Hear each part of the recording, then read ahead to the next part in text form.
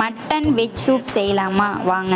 இந்த ரெசிபி வந்து எனக்குமே புதுசு. என் ஹஸ்பண்ட் வந்து மலேசியாவில் இருக்கும் போது அங்கே சாப்பிட்ருக்காங்களாம். எப்படின்னு செய்யலாமா?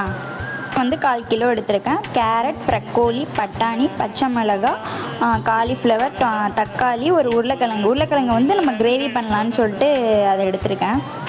முழுசாக போட்டிருக்கேன். இஞ்சி பூண்டு பேஸ்ட்டு, தனி மிளகாத்தூள், தனியா, மட்டன் மசாலா, அப்புறம் கொஞ்சம் உப்பு, மிளகாத்தூள், புதினா இதெல்லாம் போட்டு ஒரு 10 விசில் விட்டு எடுத்துடலாம். அப்புறம் தாளிப்புக்கு எண்ணெய் ஊற்றி சின்ன வெங்காயம், கருவேப்பிலை தட்டி அப்புறமேட்டு இப்போ நம்ம வந்து சூப்பை ஊற்றிடலாம்.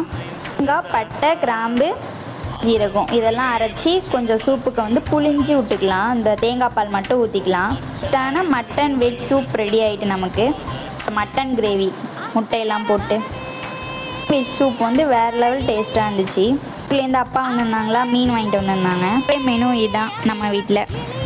மறக்காமல் சமய உலக சப்ஸ்கிரைப் பண்ணிடுங்க. தேங்க்யூ, பாய்.